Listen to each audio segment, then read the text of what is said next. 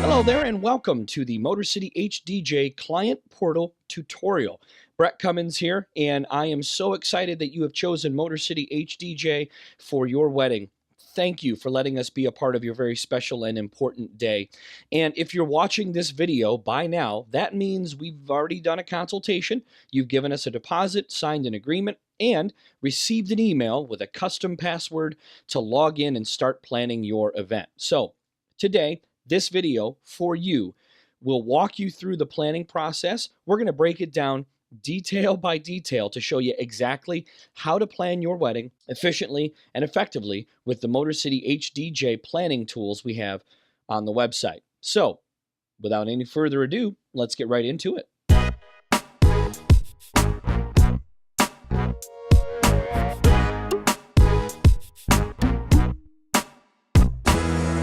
By now, you should have already gotten the email from Motor City HDJ that has your password to log in.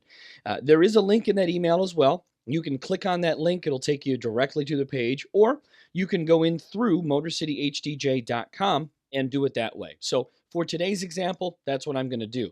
Go ahead, and once you're at motorcityhdj.com, go over to where it says planning, click on the button in the links that says planning, and then we're going to, over to the right-hand side here, there's a box that says Client Login. We're going to go ahead and put our event date and password in the box, and that's going to get us right in to the Motor City HDJ Client Portal. Once we've logged in, this is what we're going to see. This is the Client Portal homepage, and it's got a welcome here at the top. It also has a date counter to show you exactly how many days there are until your wedding. So this will change and show you, every time you log in, it will show you where you're at. Brides out there, I know you're keeping track, but this is just a little way for us to help you along with that as well. Now, if you're having issues, as you actually do go more in depth as far as your planning is concerned, if you have any issues or questions or concerns or anything like that, my number along with Tom's number is listed right here. You can call us anytime. We can walk you right through the client portal any time of day. Obviously, we want to make sure that you're able to use the tools effectively and efficiently without any issues. So I want to show you. I just want to show you what you're looking at and exactly what the planning process consists of. We've broken this down by the very minute details of each section of the wedding. So generally, we're going to have an overall planning form we start with. And then as far as keeping the event moving, we do have an event timeline. It just helps you help us to keep things moving in the right order. Music requests, we're going to get to that. Also, making a payment as well. The final balance of your event can be paid right through the website. The referral program, if you know anybody that's looking to have a wedding or an event, you can refer them through the website here. We have a news blog and also a quick message form. So I'm going to show you all these tools here as we go along. But for now, let's get started with the planning form.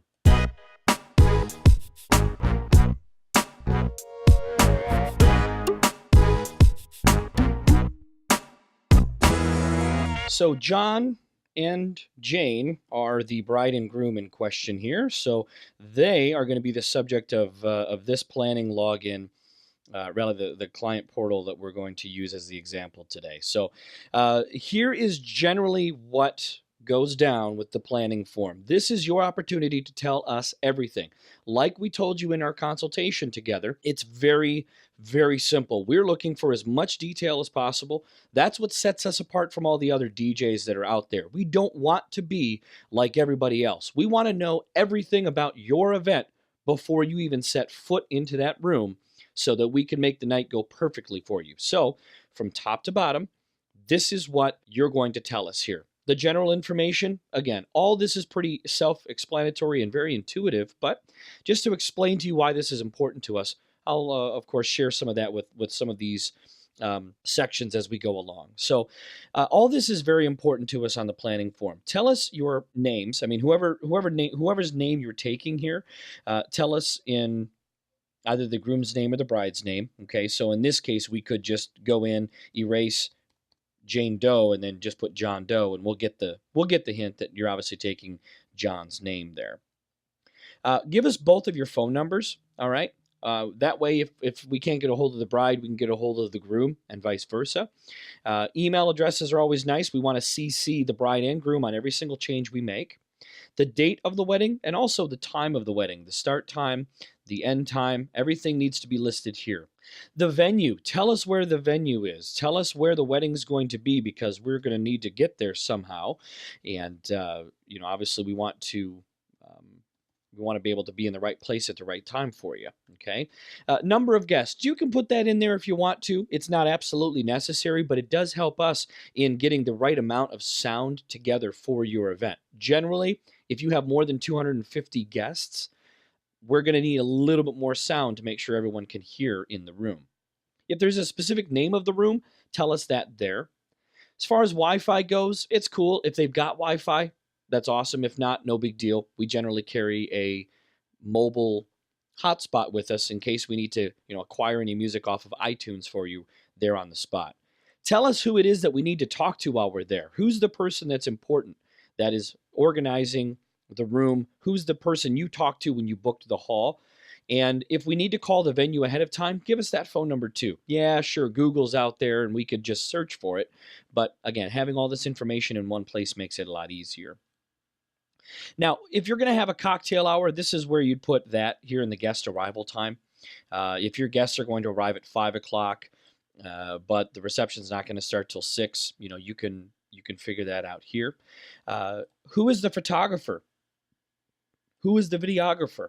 Let us know these people as well, because we're going to be working with them throughout the entire night. Definitely important to let us know what floor the room is on. If it's on a second or higher floor, we're going to need to bring along a dolly to carry our equipment. And color scheme. Yeah, we want to know your color scheme as well, because if you're, for instance, let's say your wedding is blue and maize, you're a big Michigan fan, yeah. Tom or myself will wear a blue tie or a blue shirt or a yellow, whatever. We want to coordinate with your colors to make sure that every part of this event is seamless. And of course, if this is a formal event, let us know. If it's a casual event, let us know. If it's indoors, let us know that. Outdoors, same thing. And this is, we like this part too. Are you going to be feeding us? Let us know that. Because if you're not, we want to make sure that we're fed before we get there. That way our stomachs aren't growling the entire night. Now, as far as before the reception starts, is there going to be a cocktail hour? If so, what kind of music do you want to hear? You can let us know that. Some people go with the Bublé-esque kind of material, the Sinatra, Jack Johnson, maybe. And if that's something you want to hear in your cocktail hour music, put that there. If you want to hear classic rock hair ballads, let us know that too. If we're doing formal introductions, put that here. If you have a specific song in mind, let us know which song it is that you want us to play. If there's no specific song, that's fine too. Now, here's the coolest feature of the website. You can click on this little music box right here, and it will actually bring up another box so that you can search a specific artist or song for whatever special song it is. So let's say that you're really hip to, let's say Lady Gaga here. So there's a certain Lady Gaga song that you want, but you can't think of the name of it. So we're going to search that, and it's going to bring this list up here right within this window. We can click on this little button here, and that'll take us to either iTunes or Amazon, depending on the default music player that we use. We can also look for the song lyrics. If there's specific lyrics that you're interested in for a certain event of the night, you can click on that little box right there. It'll take you to, I believe it's lyrics.com, and it will show you the song lyrics. And then finally, once we're done, once we've got the song we want to use, well, there's the button for it. We click Use. It applies the change, and it puts it right here in the planning form where we want it. Okay, so that's one of the simpler parts of the, and actually the coolest feature of the website is that as you plan things, if there's a song you're looking for, you can literally hop out, find it, hop back in, and it puts it right back into the planning form for you. If there's anything else we need to know, tell us here. Put it in this box. If there's something certain about the order of how you want introductions to go, a certain way you want us to introduce somebody, put it in there. That's fine. As we start the reception, are we going to be doing toasts? who's going to do them? Is there going to be a blessing? Who's going to do it? Are you going to cut the cake? Generally, cutting the cake before, maybe during dinner or after dinner. Are you going to have dinner? Well, 9 times out of 10, yes, you are. And then after dinner, same thing. Just go down the list. It's very intuitive. Are we going to do all these special dances throughout the night? And then again, if you want to go through our library to make sure that we have the song, click on the little music note. It takes you to the page, and then you can actually have the song import right through to your planning form right from the music page there. Other special events. Do you want us to do a bouquet toss, a garter toss? Are we going to do a last dance? Is there a specific song you want to use for the last dance of the night?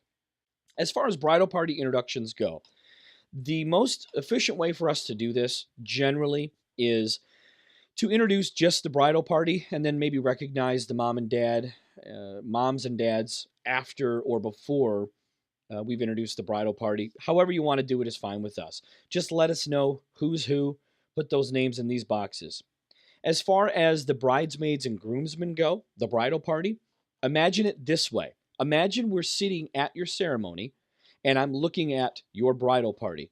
The way we want to introduce them is we want to start from the outside of your bridal party, the outside order of your bridal party as it stands on the stage, and we want to make our way inward towards your best man and maid or matron of honor there. And then finally, we can introduce you as, Mr. and Mrs. So-and-so. We could introduce you as Mr. and Mrs., bride and groom so-and-so, using your first names. Mrs. and Mr. bride and groom so-and-so. However you want to do that, we can introduce you any which way. It doesn't matter to us, okay? So this is the planning form. It's pretty simple. There's not a whole lot to it, really. Just click the buttons, fill in the blanks, and every single detail that we need will be here. Now, I will tell you, one of the most important things about this website and about the planning area are these 3 buttons down here. Print, save, and submit. Print, you don't really need to do, unless you want to. If you want to have an actual physical printout of everything you've done, that's fine. A lot of brides put those information forms in their planning binders. Cool with us. The save button, you're going to want to make this a priority to go to and visit this button every single time you've made a change on a page. Anytime you make a change, click save. We'll show you that here in a second. And then submit. Once we're done, a week before the wedding, let's say, or just at a point when you feel like you're comfortable with all the information you've given us, click on the submit button. That's going to kind of lock all of your information in. That way you're not tempted to do anything, make any changes or do anything that would, kind of mess up anything you've put into this form, okay? So you can print it. You always want to save it, and then you want to submit your changes right before your actual event. All right, so let's click on save. And as we save, it's going to take us right back to the top of the page.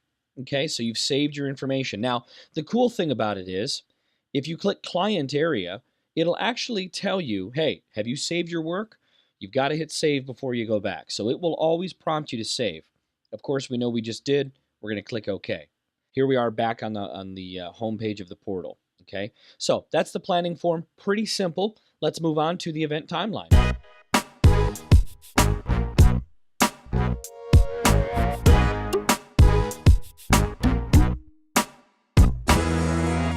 All right, so the event timeline is really my personal favorite, and the reason I love it so much is because it helps me keep things in order and moving along for you. That way everything is happening exactly when it needs to, and we don't have a lag or delay in any part of the party. That way we can get to the dancing sooner rather than later. So it's very simple. You choose the time for which event you want to happen. Then from the list over here, you choose which event it is. And if there's any special notes, you put them right over here. So, as an example, for the blessing, let's say Grandpa so-and-so, in this case it'd be Grandpa Doe. Let's say Grandpa Doe was doing the blessing for the meal. Well, we'd put the blessing there, we'd put Grandpa's name, and then of course what time we want it to happen. So, for this example, we're going to put in really the most efficient wedding timeline that we generally see. And it goes a little something like this.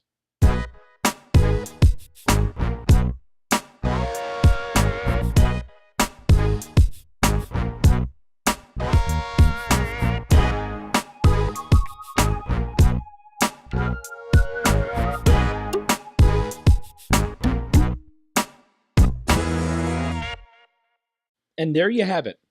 That is the most efficient event timeline that a wedding can have. So let's walk through this and kind of how the event goes.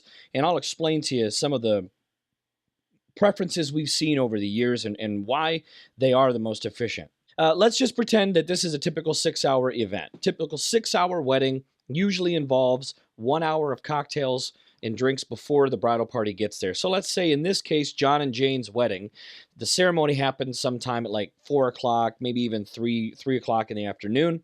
So the reception hall doors would open for the guests at about 5 o'clock for cocktail hour.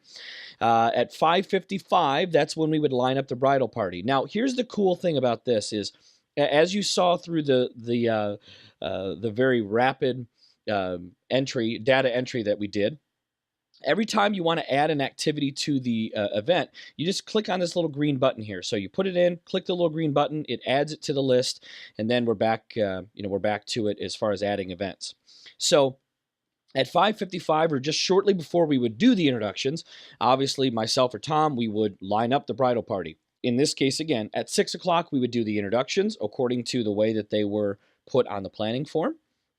And then, again, it's the most efficient way to do it. Usually, right after that, have the bride and groom go toward the cake and cut the cake. A few minutes to get settled there, take some pictures, and then transition back to the head table. At 6:15, if someone was going to bless the meal, if it was a plated meal, okay, if it was a plated meal, someone would bless the meal, and then the waitstaff would start by bringing salads. After that happened, after people started getting salads in front of their faces, then we would have the toasts. And the reason that's more more beneficial for you is because your guests have something to do instead of sitting there and getting impatient while they're listening to someone toast, because you never know how a toast is going to go after a few drinks before they get to the reception. By 7:30, okay, by usually an hour-long dinner time for a plated meal, that's when we would have the bride and groom do the first dance, and then really in 5-minute increments. We're just assuming that each song is about 3.5 minutes. That's when things are going to roll along. So the bride and groom dance, the daddy-daughter dance, the mother-son dance. Maybe the bridal party wants to get in there and dance together. Then open dancing would begin shortly after that. And then usually sometime before it gets too late, but early enough for the older people before they have to go home, maybe the bouquet and garter toss, and then right back to open dancing. The last song of the night's usually played 5 minutes or so before the reception actually ends. So the good news with the event timeline is there's no button you necessarily need to click to save. If you want to, that's fine. You can click save, but it will automatically save the event timeline for you if you choose to go back to the client area. And again, it prompts you to make those changes, or rather to save those changes. So we've done the planning form, the event timeline. Now, the music.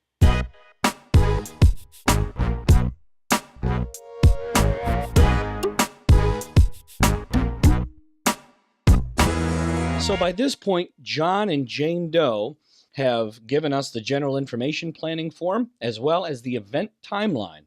Now it's time to move on to the music requests, and really this is the best part about the planning process right here. Okay. Now with the consultation, if you remember, planning the music is very, very simple. Okay, we're not asking for hours and hours worth of music, because in a 6-hour wedding, generally you're only going to get about 50 songs that you can play. If the average song is about 3.5 minutes long, that's only 50 songs. We're only asking you to give us 25 of those, and we can fill in the rest. Now, the Music Request Center is very intuitive. It's very quick, and literally any song that's out there is in this database. And even if you want to test this, go ahead. If it's not here, you can actually put a custom song section, which we'll show you how to do. You can put a custom song section together, and then we can go ahead and try to acquire it somehow before the event. Okay, but let's just dive right into the music requests here. It's broken down into 3 different sections. You're going to have the actual search area right here. Then once you've searched, it will show you your results right here. And then you can add it or remove it from your list, which is right here. Okay, so let's pretend for the example here that John and Jane are top 40 freaks. They just love that top 40 music. Anything that's on the radio right now on like channel 955 or 98.7, that's the music that they're listening to. So, you know, Jane would probably listen to Katy Perry, I would imagine. So we're going to search Katy Perry's music here. And instantly a list pops up with all the Katy Perry songs that are out there in the world. Now, this database includes iTunes, Amazon, and our own personal music libraries. So, again, if it's out there, we're going to find it.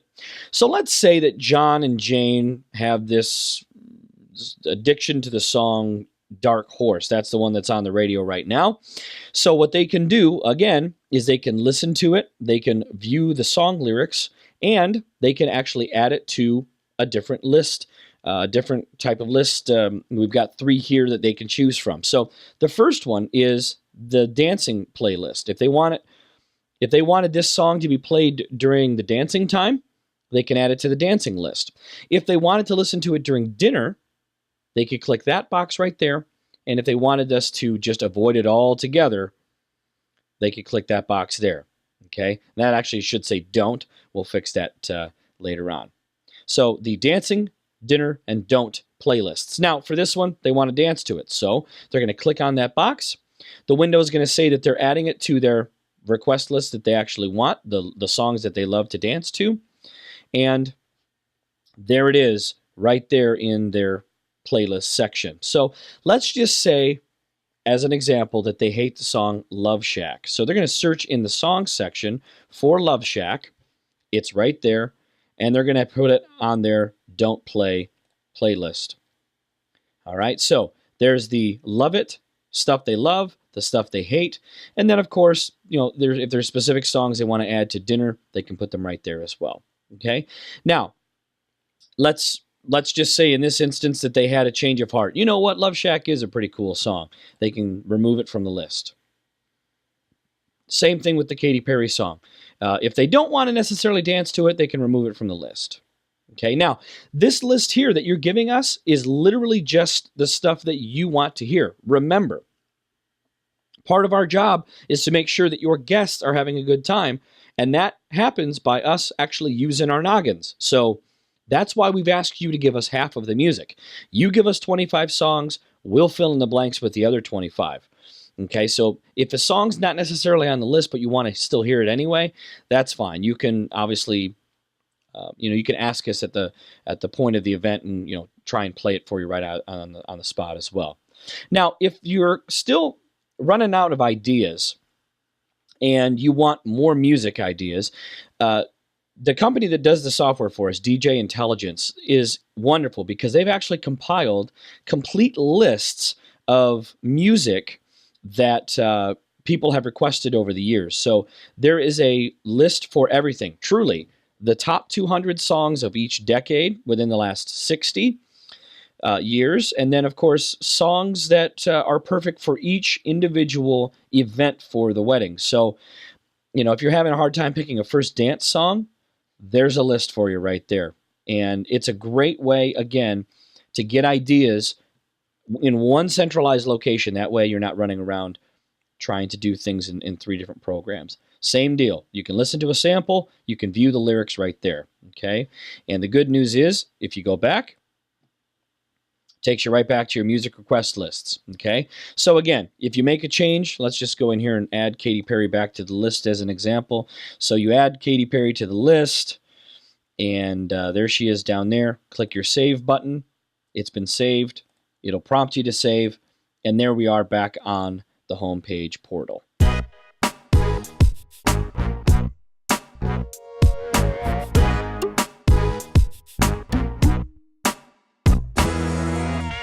The rest of the tools are very, very simple. I mean, the whole site itself is actually, again, very intuitive and very easy to navigate. But as far as getting things done very, very quickly here, These next few sections, I mean, literally you can just whiz right through them. The payment section, if you'd like to pay your balance through the website, you can do that by logging into the secure gateway. In fact, you could put in the amount of money that you wanted to pay. So let's say they want to pay their deposit or their balance rather here. And when they connect to the server, it will take them right to our PayPal market server here through the website. So, pulls that right up, and then, they can log in and make their payment that way. Okay. Now, going back into the client login area, referral program. If there's someone that you know that wants to use our service or that needs a DJ, you can refer them here. And then obviously you enter their names, the type of event they're having, their email and phone, and then you click that little button, it refers them to us there. The news blog, honestly, we don't do a whole lot through here, but if you go to our actual blog, which is through the website, it's motorcityhdj.tumblr.com. We typically update that blog a lot more than we do the one here through DJ Intelligence, but there's still articles for you to read here as well. And then finally, the message form. So if you're here in the client login area and you don't want to pick up your phone or open up a separate email, all you have to do is go into this section here, tell us who you are, what your email and phone is, and say, I need help with the client login area. Do the little CAPTCHA there so that way it knows you're not a robot. Click submit, and it will generate a message. It'll send an email to one of us, actually to both of us at the same time, and you'll be good to go. Back to the client area. Here you are on the home page. Thanks so much for watching this tutorial. Really, I hope this helps you as far as the planning goes through Motor City HDJ. Again, we're excited that you've decided to partner with us for your event. If there's anything you need, please don't hesitate to call, email, text, Skype, Facebook, Twitter, whatever it is. Reach out to us and we're there for you. This is the planning site. Thank you again for choosing Motor City HDJ. We look forward to seeing you at your event very, very soon. Have a great day.